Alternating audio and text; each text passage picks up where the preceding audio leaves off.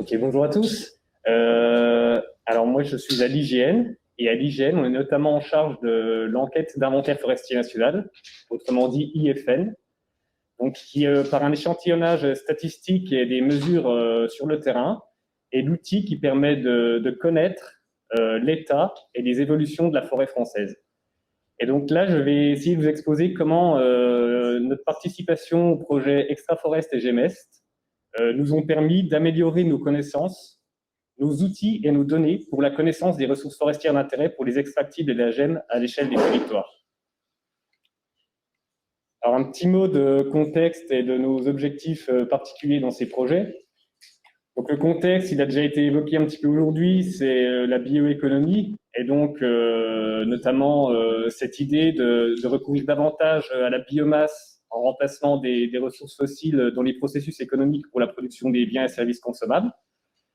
Et donc, le bois est évidemment une biomasse fondamentale puisque c'est le composé biologique le plus abondant de la planète et une ressource essentielle à l'humanité depuis le début de son existence. Donc, par sa connaissance des ressources en bois, l'IGN se pose comme un acteur naturel en fait de la connaissance des ressources bioéconomiques. Maintenant, on le voit bien aujourd'hui, il y a d'autres composés produits par les arbres. On pourrait imaginer même par d'autres organismes que les arbres en fait, qui peuvent fournir des ressources valorisables dans de multiples domaines d'application. Et ce qui veut dire que dans ce contexte, en fait, on a besoin d'informations sur les ressources qu'on peut appeler non-bois. Et c'est dans ce cadre qu'on a participé au projet Extraforest sur les extractibles et GEMEST sur la gemme. Donc avec cet objectif de mieux connaître les ressources non-bois. Donc, en ce qui concerne nos objectifs et actions particulières dans ces projets, donc l'objectif général, c'est de développer des connaissances sur les ressources non-bois liées aux arbres. Et pour cela, on a mené des actions à différents niveaux, par la production de nouvelles données sur les ressources non-bois. Donc, par exemple, les volumes, biomasse et quantité d'extractibles pour l'écorce et les nœuds, ce qui permet de mieux connaître les produits biosourcés.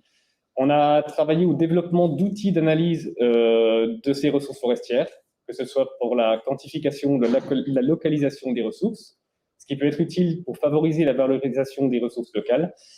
Et on a travaillé à l'élaboration d'une méthode pour connecter la ressource et les filières. Donc tout cet aspect d'articulation en fait entre les ressources et les filières, je ne vais pas le développer dans cet exposé, mais ça fera l'objet d'un exposé ultérieur qui sera entièrement consacré. Alors, je vais vous faire déjà une première partie sur les nouvelles données sur les ressources non-bois des écosystèmes forestiers. Donc, avec l'enquête d'inventaire forestier national, en fait, on procède sur le terrain à un certain nombre de mesures sur des arbres. Ces mesures concernent typiquement les dimensions des arbres, comme la circonférence à 1,30 m, la hauteur totale de l'arbre. Et ces mesures, elles sont utilisées dans des équations qu'on appelle tarifs de cubage, pour connaître le volume de bois sur écorce des arbres. Et c'est ces volumes après qui sont agglomérés à l'échelle de la ressource pour connaître les volumes sur pied ou les volumes de prélèvement dans la forêt française. Maintenant, dans Extraforest, il y a eu des études qui ont été menées sur la part d'écorce dans le volume. Donc typiquement, il y a eu la thèse de Rodolphe Bauer à l'INRAE. Il y a eu des travaux pour mieux connaître la densité de l'écorce. La thèse d'Antoine Billard était sur ce sujet à INRAE. Et il y a eu des travaux pour mieux connaître les teneurs en extractibles dans l'écorce. Ça, c'est des travaux qui ont été menés au LERMAB, notamment avec la thèse de Clément Fritsch. Et donc là, je parle de l'écorce, mais on a exactement le même raisonnement pour les nœuds. Mais du coup, si on combine ces différentes informations avec le volume bois-fortige de l'IGN, on peut déduire les volumes, biomasse et quantité d'extractibles de l'écorce dans la ressource forestière. Donc, quand je parle de ressources forestières, je parle aussi bien de stock sur pied, donc c'est la ressource en forêt, que de prélèvement, c'est le bois qui est sorti de la forêt. Donc là, c'est exactement, cette diapo, elle montre ce calcul à l'échelle des régions Grand Est et Bourgogne-Franche-Comté. Donc voilà, ça montre que en fait, dans la période 2005-2018, on a prélevé chaque année pour les 6 essences étudiées dans Extraforest un peu plus de 10 millions de mètres cubes de bois fortige. Si on multiplie ça par une proportion d'écorce, on arrive à 1,2 million de mètres cubes d'écorce prélevés chaque année. Par la densité de l'écorce à 600 000 tonnes d'écorce et par la teneur en extractibles à 160 000 tonnes d'extractibles prélevées chaque année à l'échelle des deux régions pour les 6 essences étudiées dans le projet Extraforest. Donc, qui constitue l'immense majorité de la récolte au niveau des deux régions. Donc ça veut dire que maintenant, on a un catalogue de données enrichi, puisque, on va dire, les données qu'on pourrait qualifier de classiques de l'IGN, ce sont des données relatives à aux surfaces forestières, au volume sur écorce. Et maintenant, on a de nouvelles données, grâce aux apports des équipes de recherche de Extraforest et GMEST, on a de nouvelles données sur les volumes, les biomasses et les quantités d'extractibles pour les nœuds et pour l'écorce. Donc là, on a vu de nouvelles données. Maintenant, je vais vous parler de nouveaux outils pour quantifier les ressources des territoires. Alors, à l'IGN, on a depuis longtemps des outils pour analyser les ressources forestières.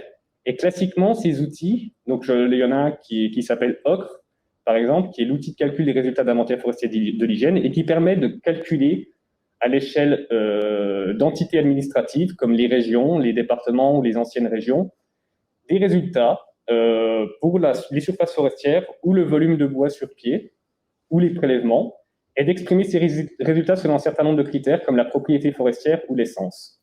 Maintenant, ce qu'on s'est dit, c'est que typiquement pour une industrie, par exemple, une entité administrative comme la région n'est pas forcément un bassin d'approvisionnement pertinent. Et donc, on a travaillé sur la définition de nouveaux bassins géographiques pour interroger la ressource forestière. Donc, ce qu'on a fait, c'est qu'on a créé de nouveaux outils qui permettent maintenant de créer des bassins géographiques qui peuvent correspondre, par exemple, à un cercle de rayons donnés, à une isodistance. Une isodistance, donc c'est au lieu de dire 10 km à vol d'oiseau, ce sera 10 km par le réseau routier.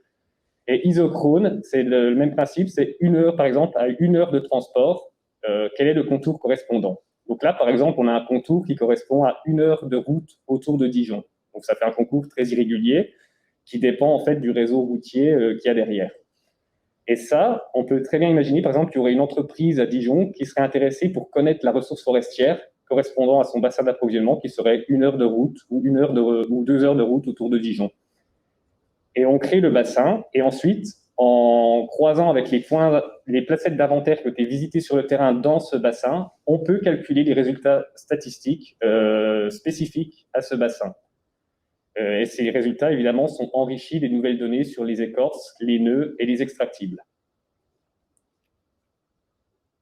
Donc là, c'est un exemple. Donc, on a parlé du parc national de forêt ce matin. Donc là, voilà, pour le parc national de forêt, on peut calculer les prélèvements annuels sur la période 2005-2019 pour les 6 essences extraforest. Et donc, on voit qu'on a chaque année prélevé environ un peu moins de 200 000 m3 de bois fortige, soit 16 000 m3 d'écorce, 9 000 tonnes d'écorce et environ 3 000 tonnes d'extractibles d'écorce chaque année. Donc évidemment, ce qu'il faut avoir en tête, par contre, c'est quand on arrive à de telles échelles géographiques qui sont plus fines que les régions administratives, on a des incertitudes qui deviennent plus élevées puisqu'on a de moins en moins de placettes d'inventaire, d'observation sur le terrain qui nous permettent d'étayer les chiffres.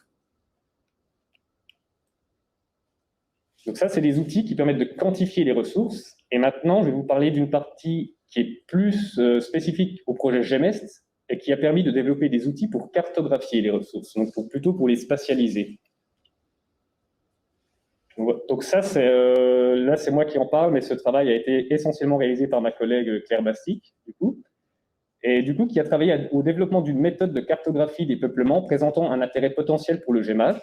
Donc on s'est intéressé aux pins sylvestres et à 2 territoires d'études qui sont la Haute-Loire et le Bas-Rhin. Et la méthode consiste à croiser des données cartographiques avec les données de l'IFN. Donc les données de l'IFN, c'est les données des observations de terrain sur les placettes d'inventaire. Et on a croisé différentes sources d'informations pour mieux localiser les ressources. Donc ça, c'est un résumé de la méthode. Donc l'idée, par exemple, à l'IGN, on a une couche géographique qui s'appelle la baie des forêts, qui propose une description du couvert forestier selon différents types de peuplements.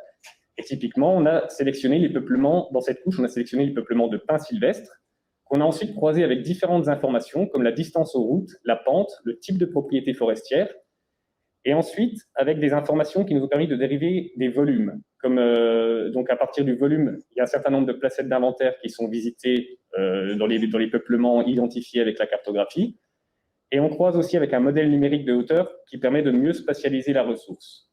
Donc ça veut dire qu'on va attribuer à chaque peuplement de pins sylvestres identifié dans la baie des forêts un certain nombre de critères relatifs à la pente, à la propriété, etc. Et ensuite, on va pouvoir procéder à une sélection des massifs d'intérêt pour le GEMAGE Et là, on a travaillé selon 2 scénarios de gémage. Donc, un gémage avant coupe finale et un gémage à vie. Donc, je pense que ça rejoint en fait ce dont on a parlé tout à l'heure, les 2 scénarios qui avaient été évoqués tout à l'heure.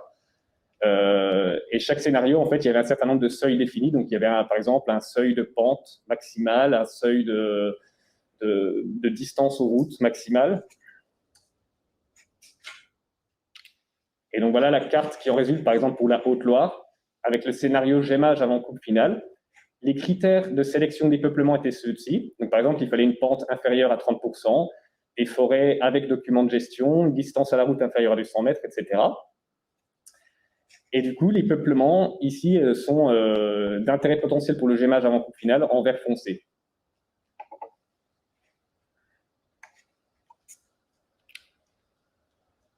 Donc, en conclusion, on voit que l'intégration des résultats de recherche aux données IFN enrichit le diagnostic sur les ressources forestières liées aux arbres et est valorisable par les filières bioéconomiques. Ça permet d'intégrer de nouvelles données sur les ressources non-bois. Ça a permis de développer des outils pour quantifier ces ressources selon des contours géographiques flexibles, et ça a permis de développer des outils pour localiser ces ressources, avec des perspectives intéressantes, puisqu'on pourrait imaginer poursuivre des travaux sur d'autres essences, d'autres composantes que l'écorce ou les nœuds. Et on a des perspectives du coup de travail sur l'articulation entre les ressources brutes en forêt et la filière, puisqu'évidemment, on en a un peu parlé aujourd'hui.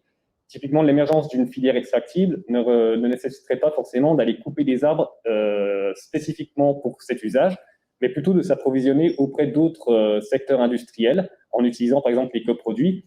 Et donc ça nécessite d'avoir une vision un peu systémique des choses, depuis la ressource en forêt jusqu'au flux de matière entre les différents maillons de la filière, pour bien localiser les gisements de ressources pour les différents usages et bien cibler les interconnexions entre les différents acteurs. Et donc, c'est exactement de ça dont je vais vous parler du coup dans mon exposé prochain. Voilà, je vous remercie pour votre attention.